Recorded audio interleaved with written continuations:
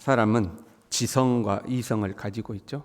그리고 감성을 가지고 있습니다. 지성과 이성에 비하면 이 감정이라는 것은 조금은 불안 요소 중에 하나죠. 지성은 무지함이 고집이 될 때 문제가 됩니다. 그런데 이 감정이라는 것은 불안함이 자꾸 왔다 갔다 하는 거죠. 불안함이 문제의 요소가 됩니다. 한편으로 이 감정이 폭발하게 되면 평소에는 이성적으로 살던 사람도 합리적 사고로 살던 사람도 감정이 폭발하면 이제 그러한 합리적 사고가 무력화되는 경우들을 봅니다. 감정이 그냥 모든 걸 다 사로잡아 버리죠. 걷잡을 수 없는 그런 일들이 생기고는 하죠. 이런 어떤 감정의 힘이 꼭 나쁜 것만은 아닙니다. 그러니까 우리가 옳은 방향으로 움직여야 되는데 움직이지 않을 때가 있죠. 사람은 자신의 테두리 안에만 머무르려고 하거든요. 그것을 습관이라고 그러죠.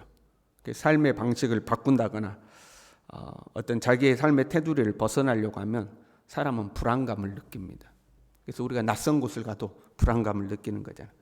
그래서 사람은 좀처럼 변하지가 않는 거예요. 자기의 고정되어 있는 테두리 안에만 머무르려고 하는 거죠. 그런데 사람이 감정의 자극을 받으면 자기의 이성이라든가 습관이라든가 그 안주하려는 삶의 그런 습관을 깨고 변화를 이룰 수가 있습니다. 사람이 감정이 움직이면 변하는 거거든요. 그때 우리는 감동받았다 그렇게 표현하는 거죠. 어떤 불우한 이웃의 어떤 스토리를 들었어요. 그런데 너무 그게 이제 감동이 된 거죠. 그러면 그렇게 인색하던 사람도 자신의 지갑을 열어서 그 사람을 돕는 것을 보게 됩니다. 감동받으면, 감정이 움직이면 사람이 변하는 거거든요. 이게 이제 우리가 신앙적 영역으로 들어오면 성령의 감동이다. 이제 그렇게 표현을 하는 거죠. 성령이 역사에서 우리의 감정이 움직이면 우리가 하나님의 뜻에 순종하게 되는 거죠. 평소에는 잘 안 바뀌는데 그런 감동이 와야 감정이 움직이면 바뀌게 되는 거죠. 반대로 감정의 영역이 움츠러들 때도 있습니다. 공포, 두려움, 우울함, 의기소침 이런 감정에 사로잡히면 사람이 뒤로 물러서고 이제 숨어 들어가게 되는 거죠. 감정이 위로 올라가면 하지 않던 결단을 하지만 감정이 밑으로 내려가면 오히려 움츠러들고 이제 숨어버리는 겁니다. 그런 상황에는 아무리 이성적으로 설득을 하고 권면을 해도 내가 권면하는 말이 정말 합리적이고 누가 보더라도 맞는 말임에도 불구하고 절대 움직이지를 않습니다. 움츠러들어서 움직이지를 않는 거죠. 우리가 평소에는 감정의 어떤 변화가 없이 있는 상태를 우리가 그냥 중립적인 상태라고 우리 표현을 하자고요. 감정의 중립적인 상태를 유지하고 살죠. 그러다가 어떤 계기가 되어서 감정이 탁 솟아오르잖아요. 감동받아서 탁 솟아올랐다가 조금 시간이 지나면 다시 원위치로 이 감정이 다시 떨어져 내리는 거죠. 감정이 솟아올랐을 때 우리가 뭔가를 결단했거나 아니면 이미 실행에 옮겨버리는 일들이 감정이 평소대로 다시 돌아왔을 때 후회가 될 때도 있습니다. 여러분 그런 거 있잖아요. 누군가 어려운 형편에 있는 이웃의 이야기를 듣고 내가 감동이 됐어요. 걱정하지 마시라고. 내가 그 문제는 제가 책임지고 해결해 드리겠다고. 그 문제는 내가 그 돈은 내가 꼭 도와줄 테니까 걱정하지 마라고. 그렇게 말을 내뱉었어요. 근데 감정이 원래 상태로 돌아오니까 후회가 되는 거죠. 내가 괜한 말을 했네. 생각해 보니까 너무 많이 도와준다고 한 것 같은데 이제 후회가 될 때가 있지 않습니까? 여러분 안 그러십니까? 그럴 때 있잖아요. 하나님 앞에서도 그럴 때 있죠. 하나님 앞에서도 소위 은혜 받아가지고 내 가슴이 뜨거워졌어요. 그래서 하나님 앞에 결단하는 거죠. 하나님 내가 믿음으로 살겠습니다. 그동안 내가 이거 하나님 앞에 내려놓지 못했는데 내려놓겠습니다. 그동안 이거 하나님 앞에 드리지 못했는데 드리겠습니다 하고 막 결단을 하는 거죠. 그런데 시간이 지나가지고 다시 신앙의 그 감동이 사라지고 원위치로 우리의 감정이 내려오면 엄두가 안 나는 거죠. 내가 왜 하나님 앞에 그런 결단을 했을까? 잘못한 것 같아. 이제 엄두가 안 날 때가 있는 거죠. 여러분 무엇이 진짜일까요? 감동 받아가지고 결단했던 그 마음이 진짜일까요? 아니면 온이치로 돌아가가지고 그건 아닌 것 같아. 내가 너무 세게 결단을 한 것 같아. 후회하는 것이 우리 자신일까요? 무엇이 진짜 내 자신일까요? 지금 본문의 말씀은 베드로가 예수님을 부인하는 장면이죠. 베드로는 죽을지언정 내가 예수님 부인하지 않겠습니다. 그렇게 주님 앞에 결단했어요. 예수님을 잡으러 왔을 때 실제로 칼을 빼가지고 휘둘렀어요. 죽을 각오로 하고 싸운 거 아닙니까? 병사들이 잡으러 왔는데 칼을 빼서 휘두른 것은 죽을 각오로 한 거 아니에요. 정말로 주님 앞에 내가 죽을지언정, 주를 위해 싸우다가 죽을지언정 내가 주님을 모른다고 부인하지 않겠습니다. 그때는 그렇게 결단했어요. 그런데 오늘 본문에서는 몇 시간 지나지도 않았어요. 예수님을 모른다고 부인하고 있습니다. 어떤 게 베드로의 진짜 마음일까요? 죽기를 각오했던 게 진짜 마음일까요? 지금 모른다고 부인하는 게 베드로의 진짜 마음일까요? 이 요한복음은 베드로가 예수님 부인하던 상황을 조금 더 자세히 설명을 하고 있습니다. 베드로가 대제사장의 뜰에 들어갈 수 있었던 것은 이제 요한 덕분인 것처럼 기록을 하고 있죠. 여기에 또 다른 시몬 베드로와 또 다른 제자 한 사람이 예수를 따라갔다. 그리고 그 제자는 대제사장을 아는 사람이었다. 그러니까 그 제자가 먼저 대제사장의 뜰에 들어갈 수 있었다. 이제 이렇게 기록하고 있죠. 그때 또 다른 제자는 요한이라고 다들 생각하고 있습니다. 요한은 그런 식으로 표현했거든요. 주님이 사랑하시는 제자, 자기는 뭐 이런 식으로 표현하잖아요. 그래서 요한일 거라고 대부분 다 생각하고 있습니다. 요한이라고 보고, 그러니까 요한은 대제사장과 아는 사이였어요. 그러니까 쉽게 대제사장의 뜰에 들어갈 수가 있었죠. 근데 베드로는 못 들어가고 문 밖에 있었습니다. 요한이 들어갔다가 다시 나와서 내가 아는 사람이야, 들어가도 돼 하고 베드로를 데리고 들어가는데 문을 지키고 있던 여종이 베드로를 보고 너도 이 사람의 제자 중 하나가 아니냐 하고 이제 물어본 거예요. 베드로가 거기서 나는 아니라 하고 첫 번째로 부인을 한 겁니다. 그리고 들어가서 이제 불을 쬐는 곳에 같이 있다가 사람들이 물어보니까 또 이제 부인하게 되는 거죠. 여러분, 우리 같으면 어땠을까요? 예수님은 이미 잡혀가셨습니다. 거대 권력 앞에 예수님은 너무 힘없이 잡혀가신 거예요. 예수님은 잡혀가시고 베드로는 그 거대 권력의 공포 앞에 그대로 노출되어 가지고 있는 거죠. 감정적인 억압과 공포와 두려움을 느끼는 순간입니다. 아마 우리들도 이런 상황에서 예수님을 모른다고 부인했을 가능성이 굉장히 높지 않겠습니까? 안다고 하면 같이 죽을 순간 아닙니까?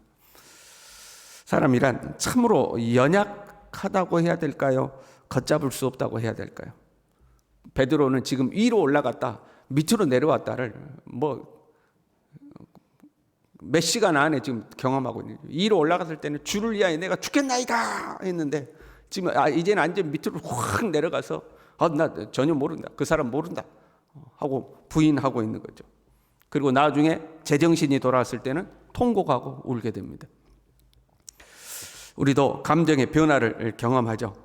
말씀을 들었어요. 기도하고 찬양하고 막 하나님의 은혜가 찾아와요. 그러면 주님 앞에 별의별 걸 다 결단하죠. 심지어는 내 목숨까지도 내놓을 수 있을 것 같아. 주여, 내가 여기 있으니 나를 써주십시오. 내가 죽을지언정 내 주님의 뒤를 따르겠나이다.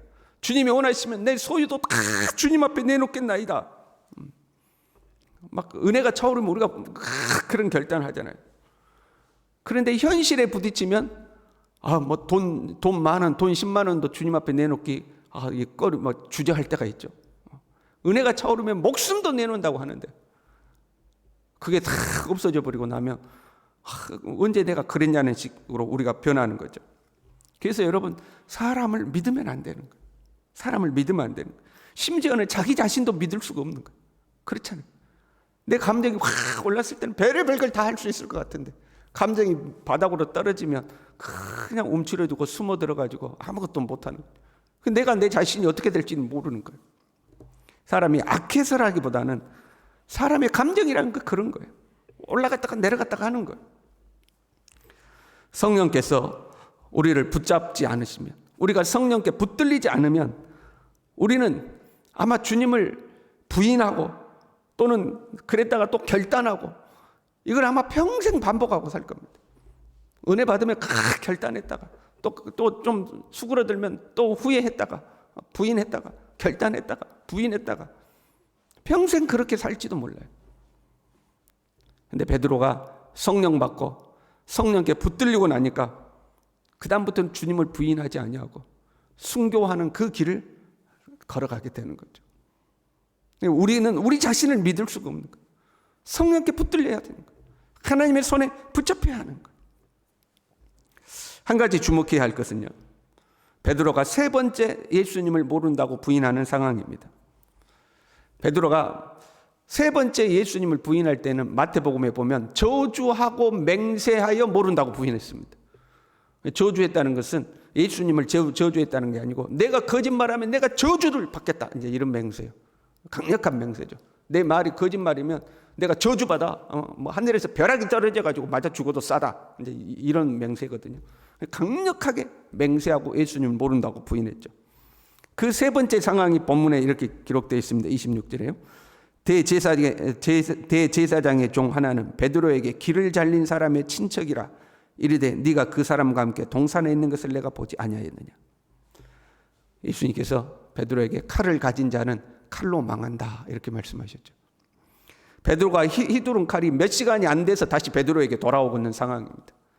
네가 내 친척 말고의 길을 자른 것을 내가 봤단 말이야. 그 귀가 잘린 사람이 내 친척이기 때문에 내가 너를 더 주목해서 봤다는 거야. 너 분명히 거기에 있었다. 베드로가 휘두른 칼이 베드로에게 다시 돌아온 거야.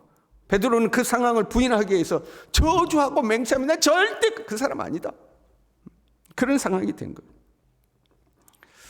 우리는 예수님을 부인할 것이 아니라 내 안에 이 칼과 같은 마음을 부인하고 살아야 합니다. 예수님을 부인하지 않으면 죽을 수도 있어요. 그러나 죽어도 살겠고 영원히 사는 줄로 믿습니다. 그런데 그 칼과 같은 마음을 부인하지 않으면 그 칼이 되돌아와서 나를 죽이는 거죠. 저와 여러분이 성령께 붙들려 살아야 할 줄로 믿습니다. 칼과 같은 마음, 다른 사람을 찌르려고 하는 그 칼과 같은 마음은 부인하고 예수님은 절대 부인하지 아니하고 죽을지라도 예수님의 십자가를 부여잡고 예수님의 그 뒤를 따라갈 수 있도록 이 새벽에도 성령께서 우리를 그렇게 붙들어 달라고 기도하는 저와 여러분 될 수 있기를 바랍니다. 기도하겠습니다. 주님, 나의 힘으로는 온전히 주님을 따를 수 없음을, 지금은 내가 결단할지라도 나라는 존재의 마음이 언제 어떻게 바뀔지 자신할 수 없음을 주님 앞에 고백합니다.